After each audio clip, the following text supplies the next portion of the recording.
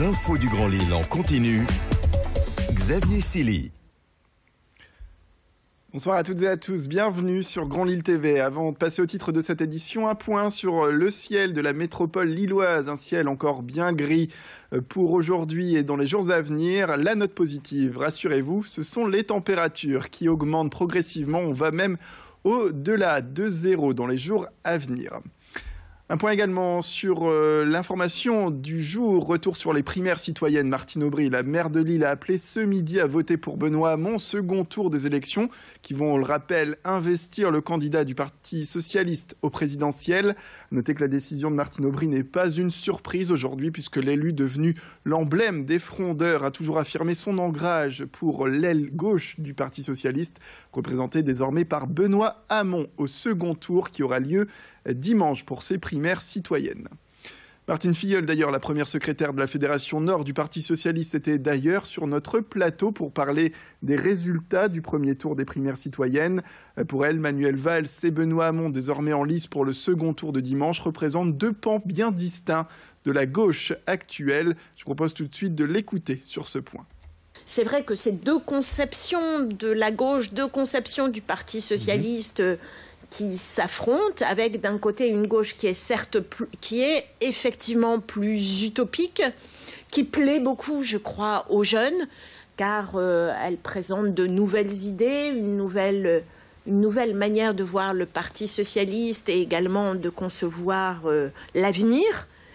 Et avec Manuel Valls, on a une gauche plus réaliste qui se confronte davantage à la réalité. Et ces deux lignes politiques, eh bien, il faut que les électeurs tranchent et nous disent ce qu'ils souhaitent.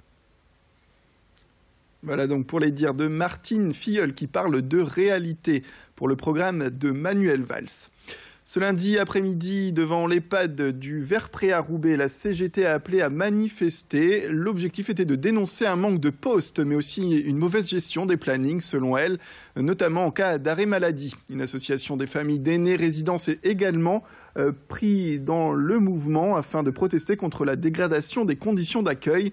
Un problème qui découlerait directement de ce problème de gestion des effectifs, selon cette association.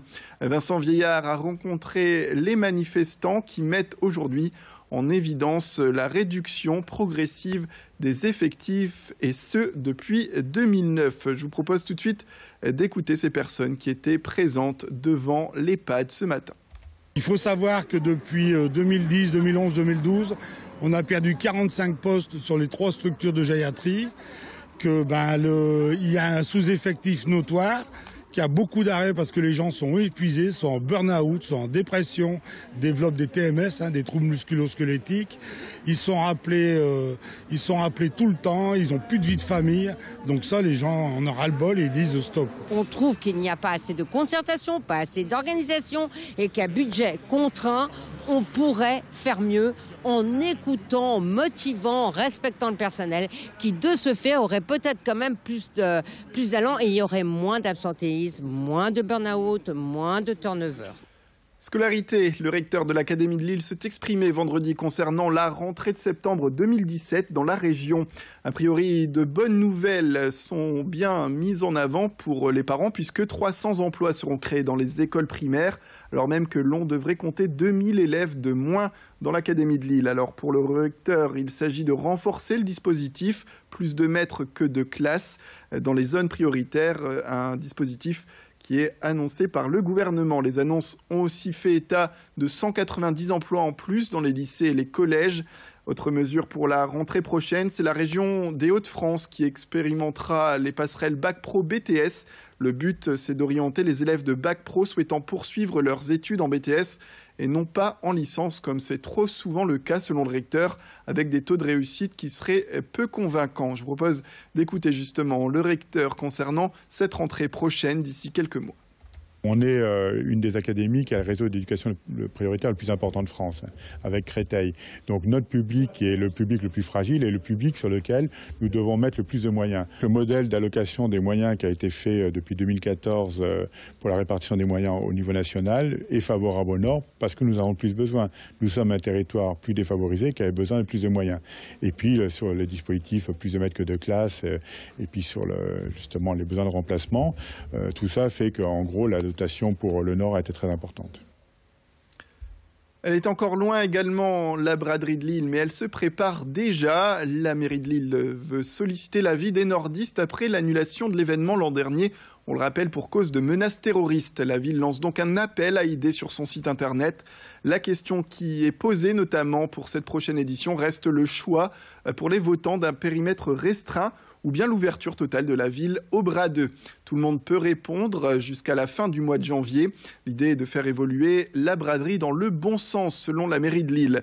2500 personnes ont répondu à l'appel sur Internet, avec la consultation qui se termine, comme on le disait, fin janvier. Donc il faut se dépêcher pour répondre aux questions. Jacques Richir, l'adjoint au maire en charge de la braderie, revient justement sur ce questionnaire assez historique dans l'histoire de cet événement.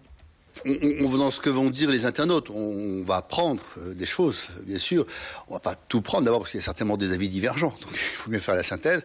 Puis après, est-ce qu'il est réaliste et possible de faire? Parce que dès qu'on introduit des changements dans une braderie, en termes de périmètre, en termes de nature des personnes qu'on peut accueillir pour vendre, il faut beaucoup communiquer en amont. Parce que quand des centaines de milliers de personnes arrivent dans une ville comme ça, on leur dit pas le dernier moment ce qu'il faut faire. On doit forcément. Et donc il y aura un très gros travail après de communication, qui nous prendra de mars à fin août, c'est pas trop, pour faire ce travail-là. Et je pense qu'on aura vraiment une édition 2017 de grande qualité. La pollution est bien installée dans la région. L'alerte aux particules fines est lancée jusqu'à mercredi, d'après la préfecture. Alors, pour limiter l'ampleur de ce problème atmosphérique, la vitesse des véhicules doit être réduite de 20 km/h sur les routes des Hauts-de-France. Attention, 22 € d'amende attendent ceux qui ne respecteraient pas cette mesure. C'est la fin de cette édition. Merci à toutes et à tous de nous avoir suivis. Restez avec nous sur Grand Lille TV. L'information continue. Tout de suite, un point complet sur la météo dans la métropole lilloise dans les jours à venir avec Clotilde Leguévac. Sans oublier un point complet sur le trafic routier en temps réel. À tout de suite.